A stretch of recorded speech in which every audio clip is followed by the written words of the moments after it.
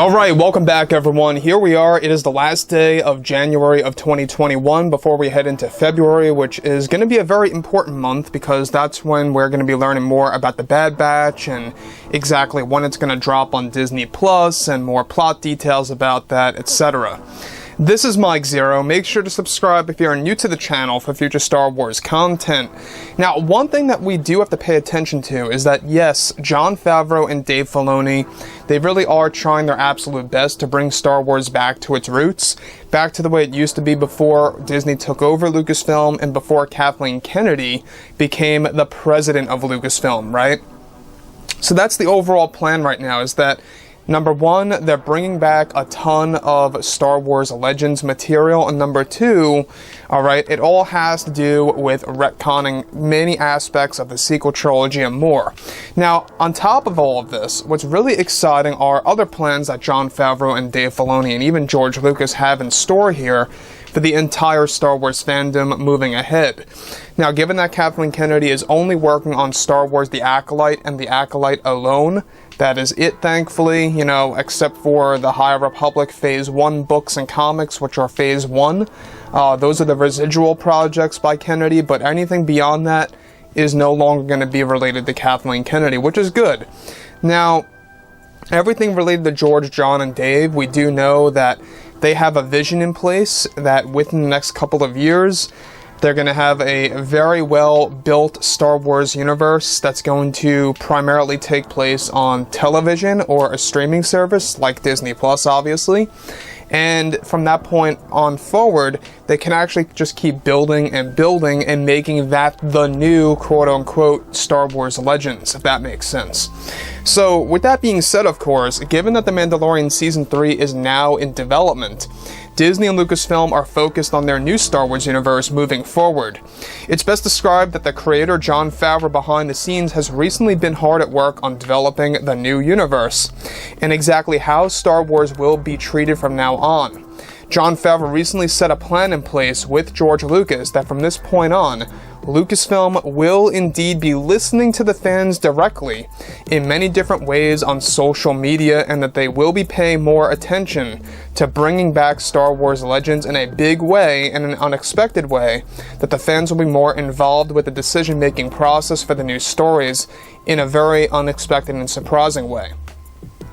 Favreau also is establishing a plan that will use the Mandoverse to undo many aspects of the sequel trilogy movies and more, that will give fans an alternate view of both episodes 7, 8, and 9 eventually. This, however, differs from the alternate cuts that they are working on for 2023 that we discussed. Additionally, it's described that Jon Favreau wanted to make it clear to fans in a recent interview that he loves the fans and only wants to make them happy and teary-eyed, full with surprises to bring them back into the nostalgic state, and that the fans will be more involved indirectly per se and remotely than they can ever imagine when it comes to Star Wars. So what does this mean for the Star Wars fandom? Well, what this basically means is that Star Wars is turning into Marvel, essentially. And what I mean by that is, when we look at the Marvel Cinematic Universe, I'm looking at the movies here and some of the TV shows. You know, WandaVision is a very well-written TV show so far. And what they have been doing with the overall MCU is that, well, they listen to the fans, right? They don't go too out of the way to make things different when it came to their movies and stuff around those lines. What they want to do with Star Wars now is that they want to revive Star Wars Legends, and they want to listen to the fans directly, where the fans are going to have a role in how Star Wars will be done in specific ways remotely. Alright, so they're going to be listening to the fans' feedback, what the fans like, what the fans dislike, and what they think will be best for Star Wars. Of course, this does not mean that the fans are going to be writers for the show. It just means that Lucasfilm is finally going to be listening to the fans directly. And they already did this with Mandalorian Season 2. That was just the very beginning. Now they want to make it in its entirety their main mission to listen to the fans in order to make a successful product moving ahead. And this is the way to go about doing things. This is a step in the right direction. Without a doubt, it is. Now, do I believe that they could go overboard by listening to fans? Not necessarily. They have to choose wisely. Obviously, they can't go out of the way to do crazy and unrealistic things that just seem way too out there. I understand that. But the logical, common sense choices is what they will be listening to from now on. And that's honestly a very good thing. Now, when we look at everything related to the overall franchise, that's the one thing that was missing in the sequel trilogy, is that Lucasfilm wasn't really listening to the fans. They weren't really listening to what the fans really wanted to see. Did fans enjoy Solo: A Star Wars Story? Some of which out there, yes, thought it was entertaining. But the majority of fans, were they necessarily actually asking for that movie to be made? I'm not quite sure about that, to be honest. I don't think so.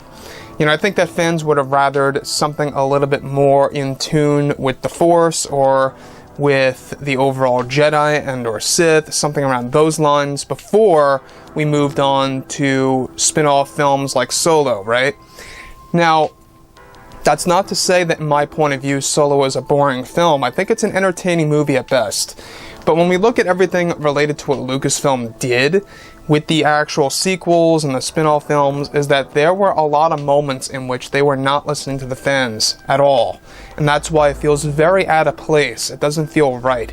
I still stand by my opinion that Rogue One is by far the most successful movie by Disney when it comes to Star Wars. There's no doubt about that.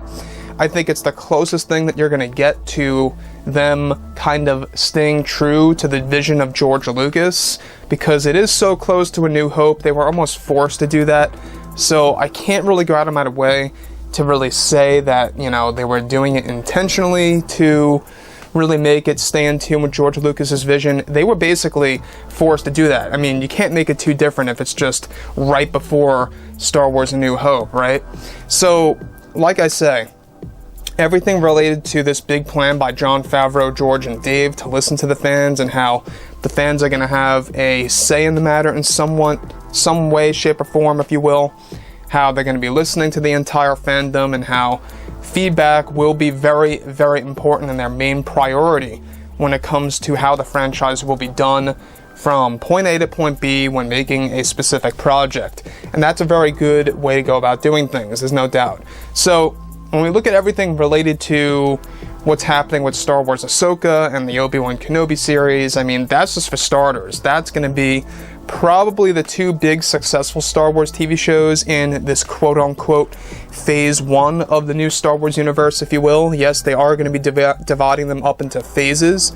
They won't be calling them phases, but they're going to be divided up into groups, if you will, of TV shows that's going to pretty much progress the overall story that takes place between Episode 6 and, of course, Episode 7 and everything that comes before and in between certain films. So, like I've said before in the past, guys, drop a comment below. Let me know what you think about all of this in the comments, and if you guys did enjoy the content for today, do make sure to drop a thumbs up on this video to support the channel. I thank you all so very much for the kind support, and I'll catch you guys next time.